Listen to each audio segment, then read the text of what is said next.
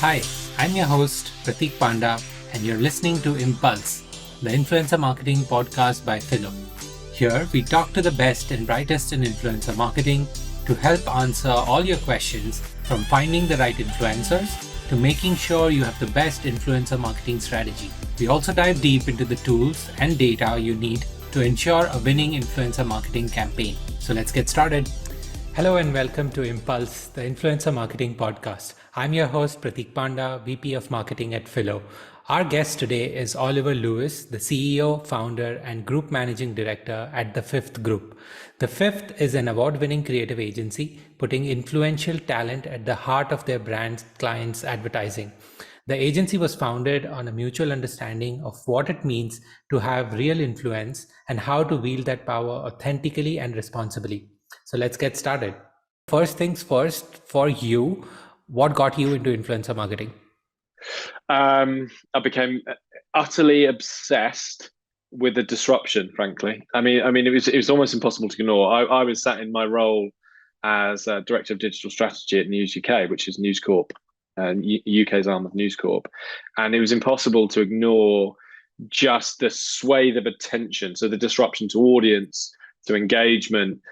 Frankly, whether we liked it or not at the time, the trust swing that was moving from mainstream into social, and specifically into people of influence, and specifically into community leaders as opposed to celebrities. And I think that it was clear that it was having a greater impact over society, over culture, and eventually that would then tip into entertainment and, of course, advertising. And it's exactly playing out that way. And I think today, we're called the Fifth, right? And that's after the five estates of the realm. And we consider the Fifth Estate, i.e. the non-mainstream journalists, bloggers, social activists, social influencers, frankly, to be the most influential realm today in society. And it's bearing out that way. And I think influencer marketing has, although already incredibly in its infancy, even relative to the wider advertising landscape, even relative to digital advertising, it's still in its infancy, but it's come an incredible way in the time that we launched in 2019. And I think its power to be authentic, creative, to galvanize communities and niche communities at large is incredibly powerful. And that's why I almost had to get into the space. It was an essential part of the evolution of my interest in digital advertising, but I think broadly speaking, culture at large. And I think there was one real aspect of it which really just hit the nail on the coffin for me, and was kind of, I have to do this, which is that it was generally conceived to be unregulated, the wild west. There was trust issues, and that for me just created a huge opportunity, which was, there's a role here to play. It's still maturing, and there's a role to be a trusted professional partner in this space, and that was the tipping point for me. You did mention that you had some background in digital advertising, digital marketing, and that sort of helped you understand the influencer marketing space better as well. Do you think if you are a digital marketer today, it is imperative for you to start investing some time and learn about influencer marketing? Absolutely essential. I think let's roll forward. I think even within the next 4 years, influencer marketing will be the first line on a digital advertising or digital marketing plan. Maybe sooner, but let's be really realistic, between 4 to 5 years. And therefore, it's absolutely essential that you're already understanding this space. And because it's increasingly it's where the engagement, it's where the audience, and ultimately it's where the creativity is in this. Digital ads are already starting to become less effective, and increasingly even your paid social marketing is becoming less effective. So you absolutely, whether you are realize it or not right now, personification, talent-led, creative, and or even on your own channels is going to become an essential part of your mix. Yeah, makes sense. And I think, not only is paid ads becoming less effective, it's also ending up being a lot more expensive. It's consistently been more expensive over the last 3 to 4 years. And it looks like that trend is only going to keep going up. And, even buyers or consumers are getting more conscious about or can differentiate at least what's an ad or pure play brand promotion versus, yes, influencer marketing is also a form of an ad or a promotion, but people trust their influencers and why they follow somebody and trust their judgment and want to make a purchase decision accordingly.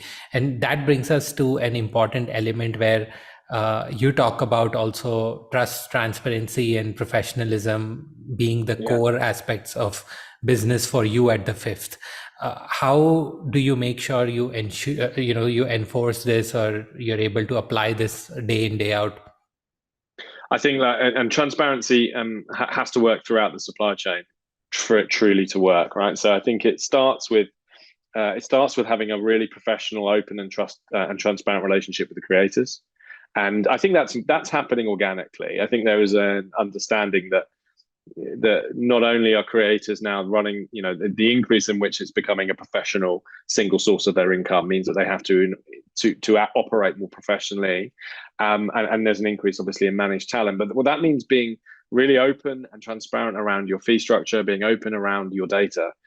We too often in this, well, for too long perhaps in this space, we've been relying on measurement to being a single snapshot in time, as opposed to it being real-time analytic around data and reporting. And if brands are going to continue to invest as we expect them to, then reporting and measurement will be increasingly the reason that it grows. And being able to measure ROI is linked to having access to real-time data. Now that means that there's a trust issue and a transparency issue there, because it relies on the creators authenticating and linking their accounts into technology platforms. So there's the first point, right? If you can't be transparent with your own data, from a creative perspective, that does create a problem down the train.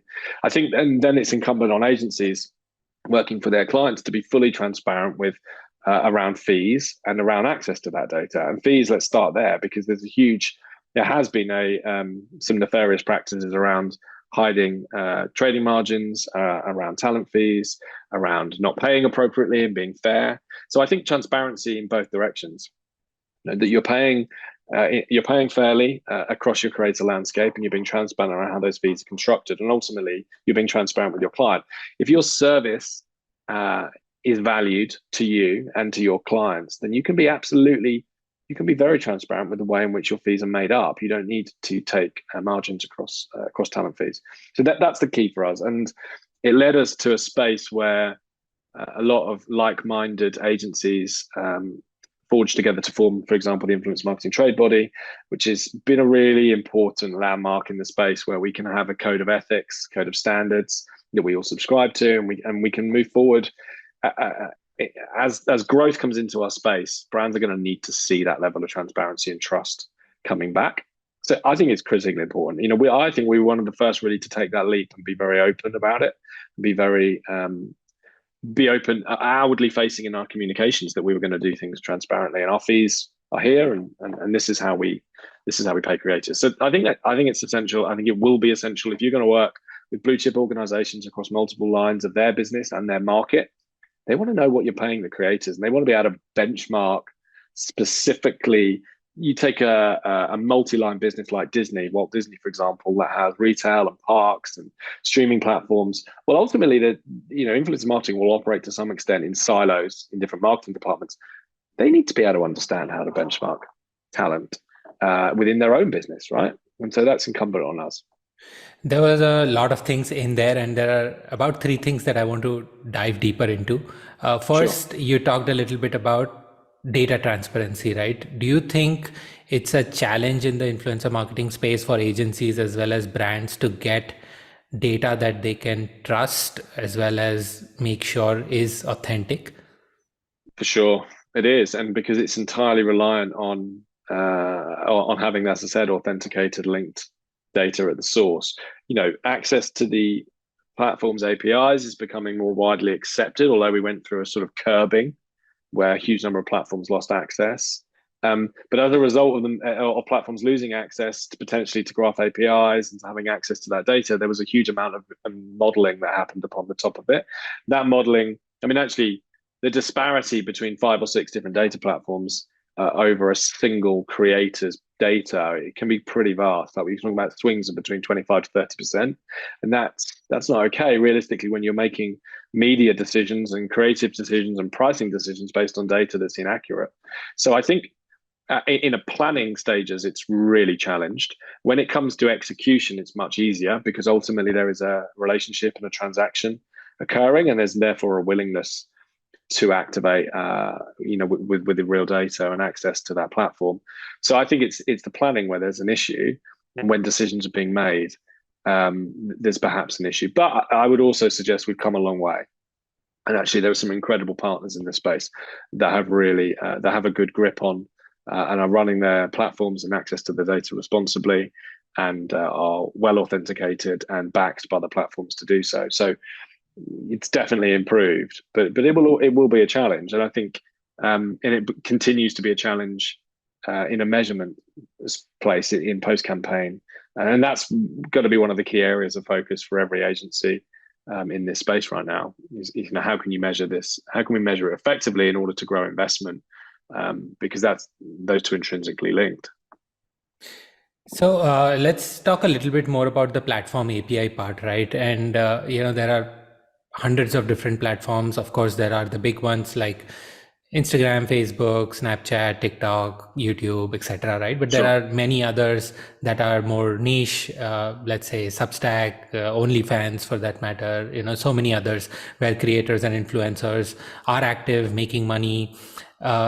A lot of these platforms actually don't even have open APIs. Very few of them actually provide a platform owned API or platform maintained API. And I'm going to make a small shameless plug here, and that's the problem we are trying to solve with Phyllo, because what we are trying to do is take away that pain from brands and agencies, and we take on that pain to manage all these hundreds of APIs, so that at the user end, which is in our case, brands and agencies, they just have to deal with one API. But like you said, it's been a pain to manage these APIs, right? Like as a agency owner or somebody who's working closely with brands, how are you trying to navigate this, ever changing landscape? Like just a few days ago, Twitter announced that they're going to bring a pricing model to their APIs, and that may or may not work for a lot of people, right? And I think a large part also is, as platforms, do you think platforms are actually losing out as influencer marketing grows, because it's taking away money from their ad revenue, and it's putting money into the hands of creators, right? Do you think that's what concerns them? Yeah, so there's a couple of questions there. I think I'll tackle the big social problem second. I think ultimately our philosophy on this is to be tech agnostic. I think we made a decision relatively early that we weren't going to build necessarily proprietary tech into this space for exactly that reason. But I think keeping up with the pace of change, although technology, we do have technology in the business, but having a one in-house proprietary solution is going to lose pace and going to be incredibly expensive to keep pace with from our perspective. And we wanted to focus on our priority, which is around creative and strategy and relationships and human intelligence, because that's really where we add a huge amount of value. So for us, it's about finding the right partners, and it's about having the right tech stack and constantly, continuously auditing those partners, ensure that we have the best providers, that we give the best bespoke solutions to our clients at any one time. There are plenty of ways in which you can ingest data and create white labeled solutions for your clients without having to build the thing from in-house. So that's our role. That's our philosophy on it. Others will disagree, I think. But it's really refreshing that there are a lot of new platforms coming into the space, and there are a lot of people trying to solve this because the economy is growing. So I think that, as the overall creative economy and as over influence marketing as a share of digital revenue grows, obviously, as we saw in programmatic, the technology is going to boom, and almost there'll be an oversupply of technology partners. So really, I'd rather put more effort into auditing, verifying who are the best partners for us and our clients, and ensuring that we partner with the best. That's how we approach it, and so we welcome new entrants into the market, and we welcome new ideas, because frankly, we just need to get the best results. Makes sense. And what do you think about the whole, story angle from the platform side. Do you think they worry that, all this is taking money away from their hands? Yeah, I think that, but yeah, naturally they will, because there's a huge amount of business happening on their land that they don't have a cut of. And look, I think it benefits them to have a healthy, burgeoning, and creator economy existing within their environments and their platforms, and they do a huge amount. And they talk a good game around supporting creators, and in many cases they do. And there are monetization tools, and there is support for creators there. But naturally, they're going to want more revenue to flow through the platforms and through their paid solutions. But look, I think what goes in their favor right now is that what's happening in this space, particularly as we talk about paid social becoming potentially less effective, that I suppose the true game changer within a paid social environment is the creative itself. It always has been. Ad creative is incredibly important. Well, who makes the best ad creative in 2023 and beyond? It's influencers. There's no shadow of a doubt on that. And therefore, the convergence of paid marketing and paid social in particular, and influencer, and I dare say across a lot of digital channels, including digital out of home, you're going to see that convergence. I mean, if paid social is not a part of your influencer marketing mix in every single campaign, then I don't frankly know how you're achieving the levels of reach and engagement that you're setting out for your client. I think it's probably almost essential at this point. So there is a role, and the platforms are getting a slice of this, and increasingly they will get a larger slice. Makes sense. In your last response, you were talking about IMTB as well, the influencer marketing trade body. I spoke recently with Scott, who is the director general there. You are a board member as well. What is your role with IMTB? What's your vision? How is IMTB helping this industry? Oh, it's phenomenal. It's so important. I mean, it's a real sign of its growing maturity that we now have a trade body that's being recognised by CAP, by ASA. It's being recognised by the government select committees as a trusted voice that is truly now represented. And I think at last count, Scott will probably correct me on his podcast, of 13 members at this point, 13, 14, and growing very fast.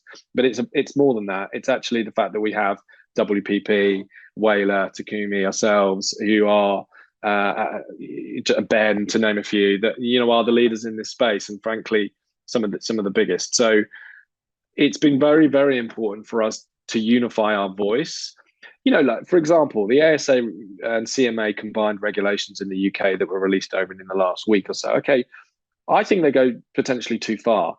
But individually, as individual voices trying to lobby any element of sense or change at any regulation as it comes thick and fast into this space is going to be meaningless. We have to be a combined and unified voice. We have to trust each other. Investment will pour in and all ships rise if we can stick together around this. And we can start to get some conformity.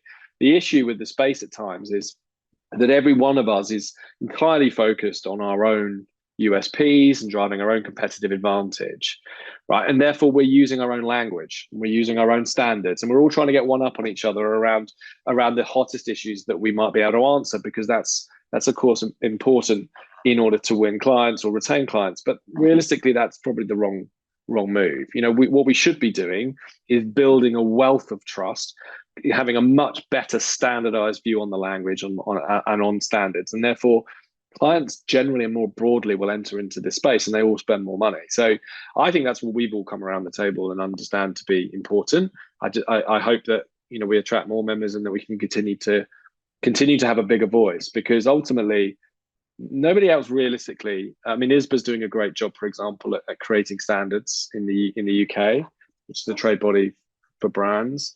But realistically, there hasn't been a reputable and unified voice for influencer marketing in the UK until now, and so I think it's a really great step, and Scott's doing a brilliant job, and we'll continue to support it.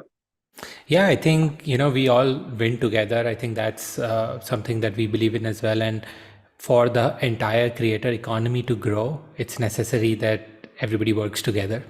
And Sure. yeah, I mean, we might, end of the day, you're running a business, you want to find your USPs, you want to talk about it, but if the size of the pie increases, everybody wins, right? And that Totally. includes businesses like ours and yours, and it includes creators also and brands also, right? Everybody needs to win in the equation for this entire segment to grow, in a more sustainable format.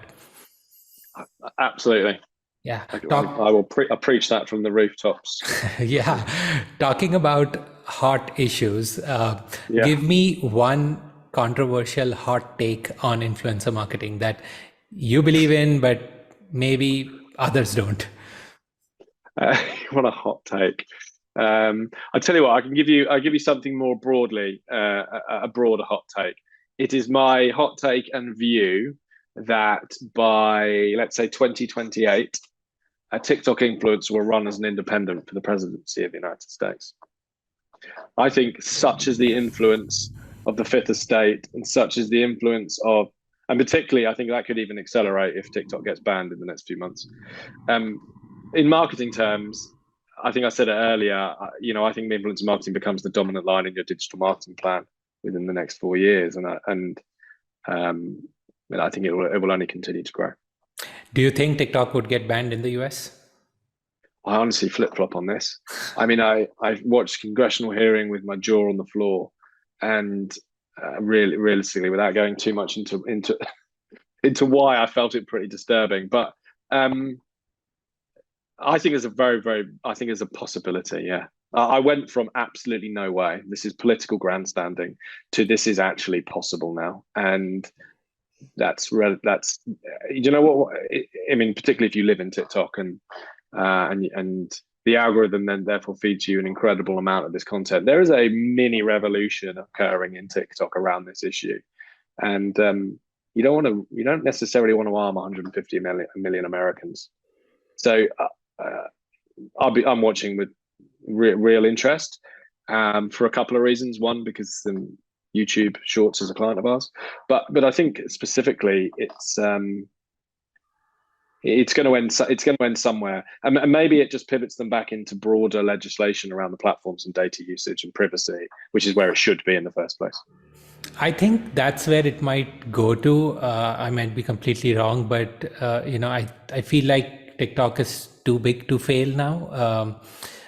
I mean, there is no such thing, to be honest. But 150 million users suddenly losing access to this platform, it's going to cause a lot of other challenges, which Congress may or may not want to get into. Of course, it might bring in better privacy, better data regulation, all of which is in general good for the ecosystem. But I have a feeling they'll not get banned. But I am originally from India, and TikTok is banned in India. Yeah, So sure. there is no reason why it couldn't get banned.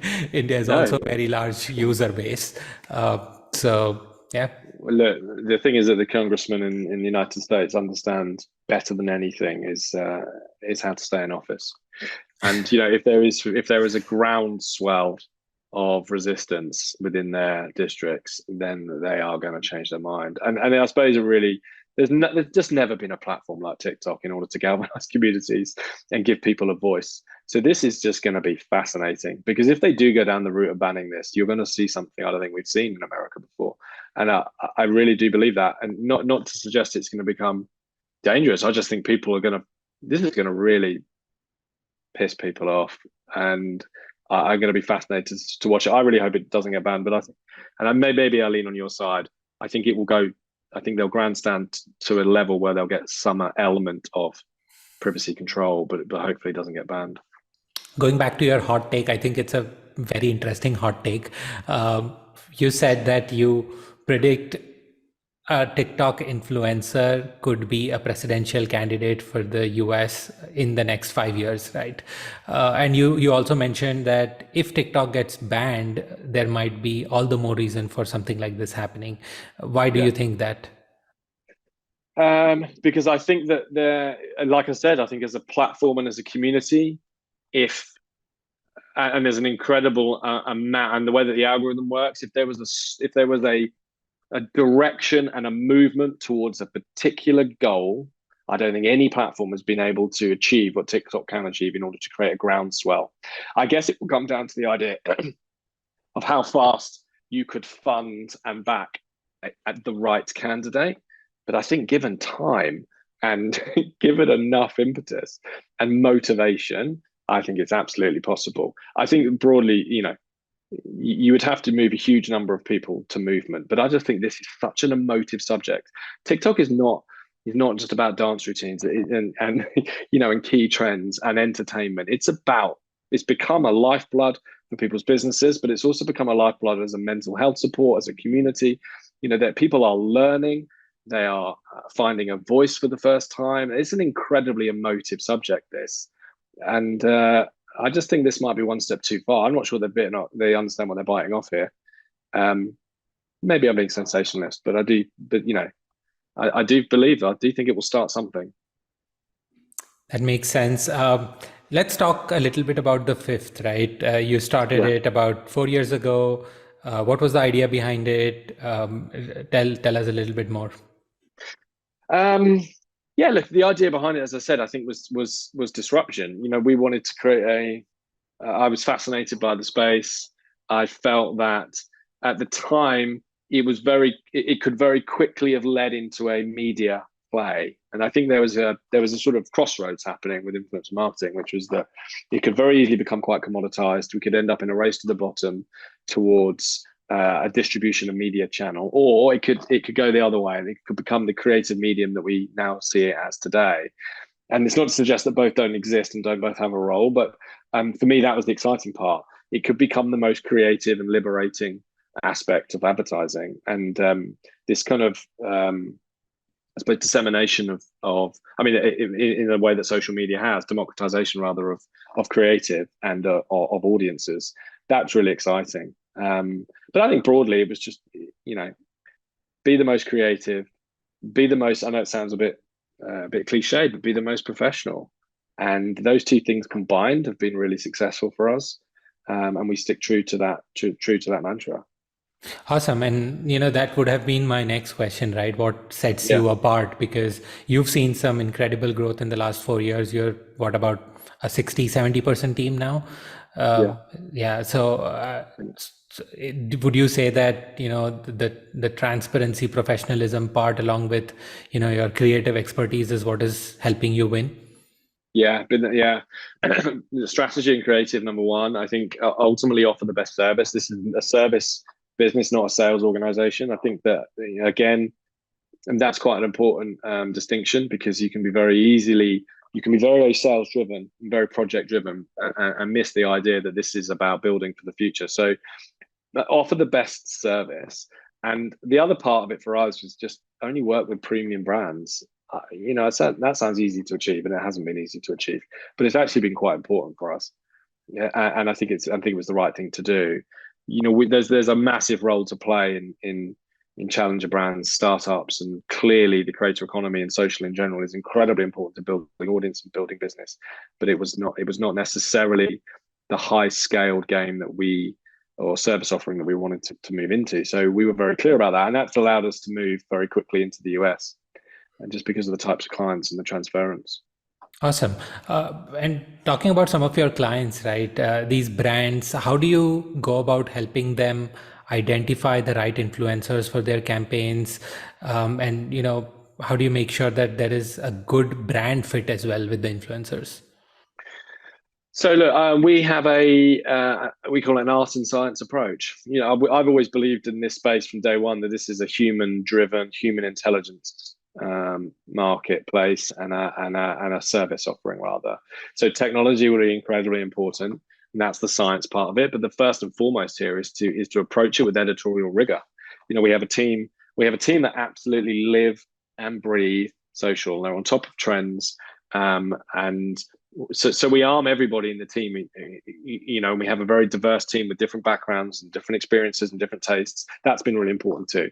So the art part of this is to follow very much an editorial research, journalistic integrity approach to understanding the types of talent that are right for the creative strategy. And I think that's also important here. You start with creative, don't start with talent. Start with creative, start with strategy, understand exactly what you're trying to achieve and how you want to tell this story. And then you find the right storytellers that ultimately are going to fit that personality. We have 9 faces of influence. So one of the key for us was to move the space away from reach-based terminology and try and move away from followers being anything that defines whether you should or shouldn't work with an influencer, even more so today when you apply paid. And so therefore, we don't talk about macro, micro, nano, celebrity talent. We talk about them based on their talents, their format, and their tone. So I think that's been a big play for us in order to reframe what influence really looks like. And when you look at it like that, then really you're looking for the right storyteller, the right creator in the right space to be able to talk to this creative strategy. When it comes to understanding brand fit, again, it's editorial research, but you can then start to look where technology plays a bigger part. How are their audiences engaged? Understanding where their audiences are, understanding their passions, understanding what content and what tone the creators are using. And to do that, you can do that at scale using technology, and you can really analyze their content and their trends. So it's a mix of both. And then beyond that, authenticating the data, critically important again to really understand what their actual, reach will play a part, right? And it certainly plays a part in understanding your objectives and forecasting results. But you can't take followers as a reach metric.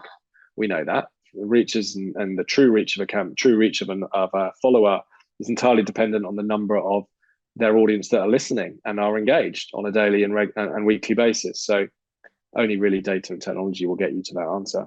Yeah, so you mentioned something very interesting, right? So it's not entirely about follower count. It's a lot about engagement and who's really listening. And that's giving rise to these high ROI micro and nano influencers as well, who don't have a large following, but they drive much higher ROI than a lot of influencers who have large following. Do you think that's a trend also that will continue to grow?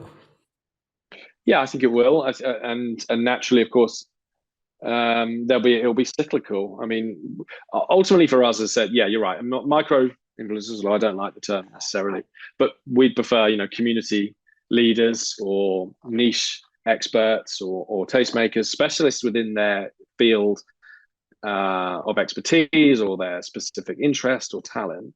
Incredibly important to that community. Of course, it means that if you want to affect reach and you want to affect the community at large, then you have to work with more talent. But I think that is a growing trend, and technology will arm this at scale.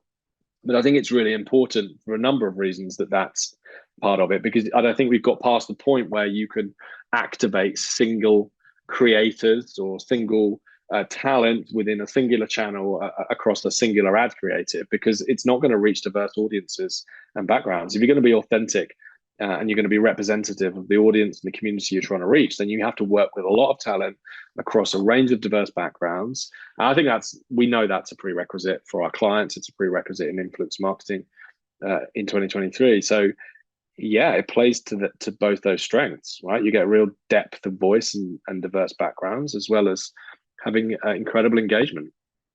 Yeah, that makes sense. And we talked a little bit about the brand influencer fit.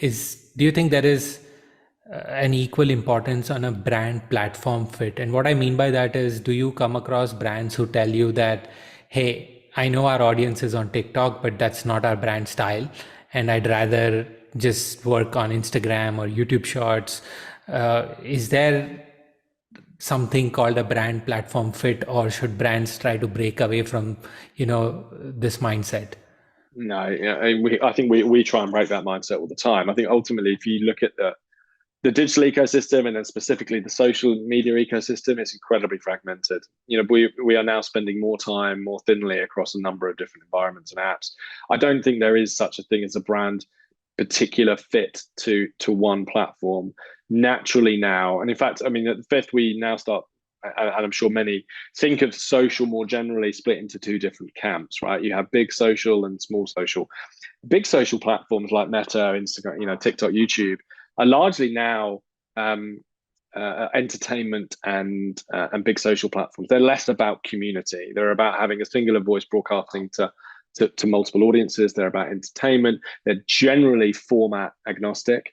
So we've got to a point now where a single creative, can run across multiple platforms. So why stick to one platform, particularly as you can reach, different audiences. So if those big social platforms look, feel, and act in a similar way, then there's absolute necessity to run across. Where it becomes more interesting, or where you have to think more specifically about the strategy, is when you want to look at small social. So the emergence of Discord and community-driven platforms, where realistically that is an entirely different view on how you can enter those communities authentically and gently and softly, but they're incredibly powerful, and we know that that's going to be realistically, small social platforms, community-driven platforms like that are really what old social media used to be about.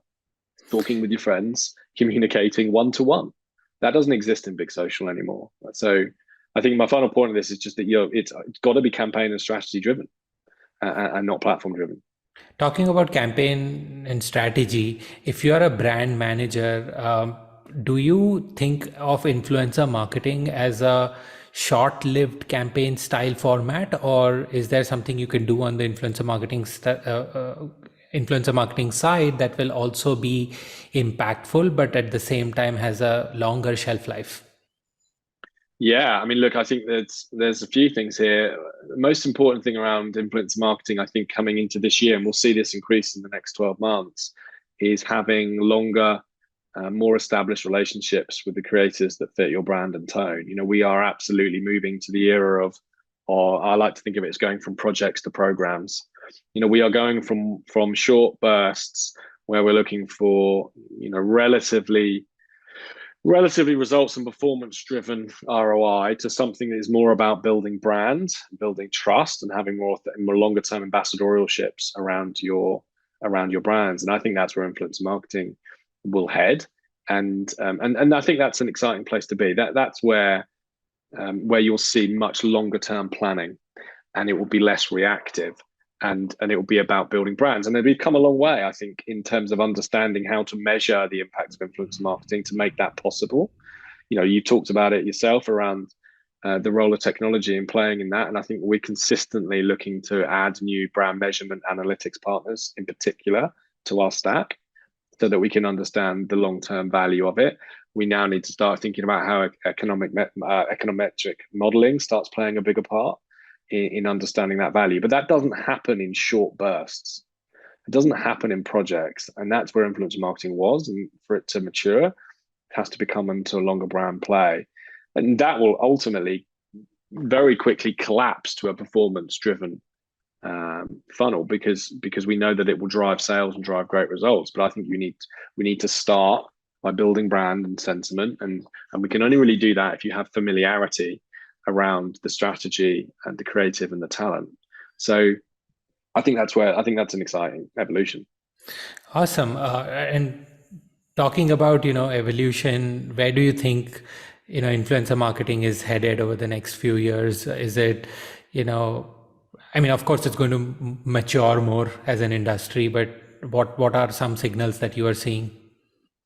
The biggest signal, there's a number of things, but the biggest signal for us, I think, is the growth of social search, and actually, and the role that influencer marketing will play in it. When it comes to discovering brands or products now, there's clearly a shift, and we can see it in the platforms. We looked at some data at the Fifth earlier this week, but the growth of search for brand discovery on more generally is about 4 to 5%. The growth of search in influencer is around 73%. And so we are at a point now where it's predicted by 2029, influencer will surpass search as a channel for which people discover brands and products. Now, it may or may not come to fruition, but ultimately we know that the platform's putting a huge amount of emphasis on that right now. Maybe Google it should be mildly concerned about it. And we've seen it in TikTok, right? Yeah. It's an incredible search platform. Yeah. So I think that's really, if search continues to grow on social, what I mean is that influencers play an absolutely critical part in that. Yeah. And TikTok is a great example, because even I've noticed that I've spoken to a lot of people over the last year and a half who've told me explicitly that when they want to look for a product or a brand, they've gone ahead and opened up TikTok and started searching there and haven't done Google searches for a long time. And I was blown away by that, insight that, Incredible. TikTok is becoming a big product search platform as well. It's remarkable. And but for generations, for Gen Z and now below, there is no Google search. Yeah, It's all in it's in right now. It's in TikTok, and but exactly. it will spread as Meta continues to take that trend on. Nice. Have you come across any influencer marketing campaign recently that you've been very impressed with? Maybe you've done it for one of your clients, but something that you've been pretty impressed with. Uh, um, Specific campaigns. I'm always really interested. I think the value of influencers passes beyond, consumer products, right? And I think that's where I'm always super impressed when they're and increasingly, I think you're seeing the growth within charities and cause-led central government initiatives where the role that influencers can play in generally conveying a message is far more effective than mainstream media. That's where I think it's really, really interesting, and why we think that why my hot take was where it was, because I think the role that you play, and we see it across mass government initiatives, whether that's COVID or whether that's the presidential race in the US. But I think so I think the role that they can play in conveying messages and building trust, um, and trust being the key word here, is surpassing the role that mainstream media has, particularly. I mean, I don't know, you tell me, but particularly in the US, the relatively fragmented right and left mainstream media landscape, right? And there's no voice that represents a huge percentage of the population.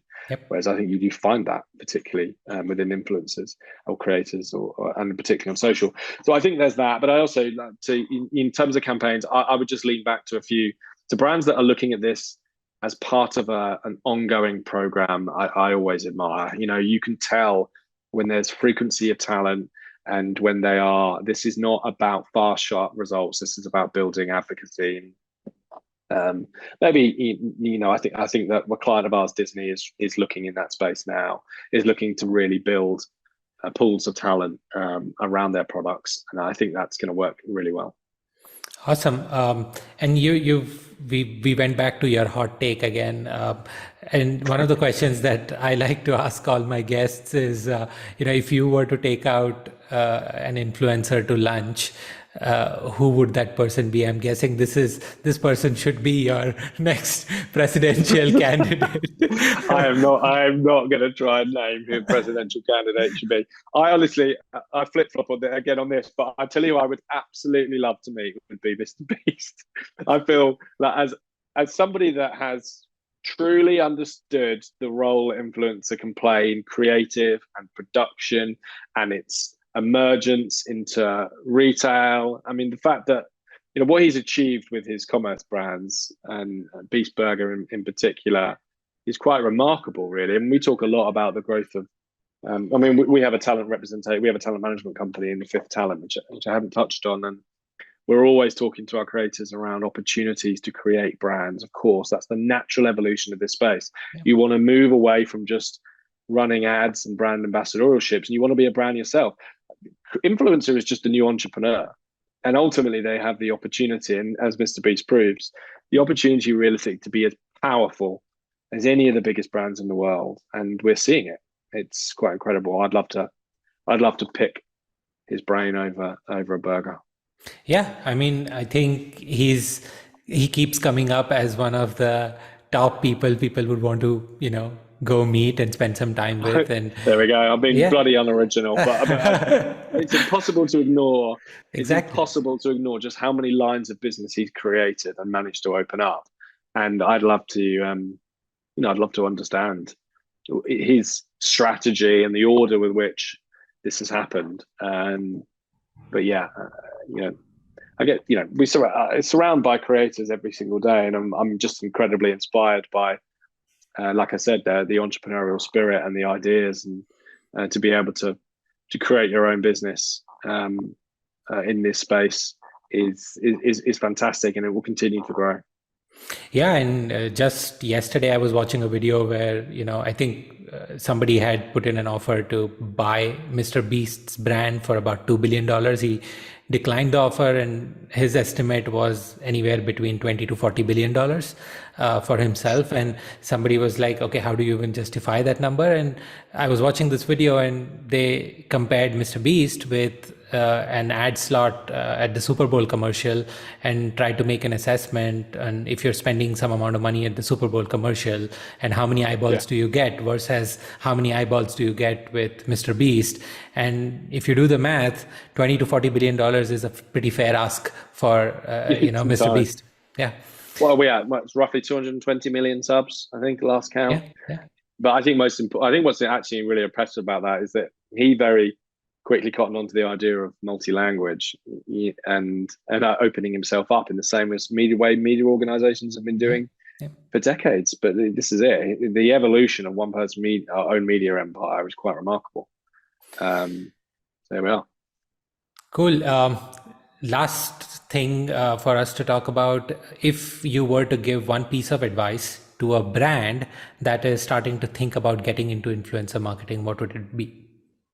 As a brand, to don't look for short-term gains. Think about long-term strategy. And I think that and don't take this lightly. I mean, depending on who the brand is, I know budget will always become a consideration. But I think in order to have a social, if you're looking at influencer marketing, think of it as more broadly as your social first strategy, and try and combine those two. Right? Influencer marketing doesn't operate in a silo.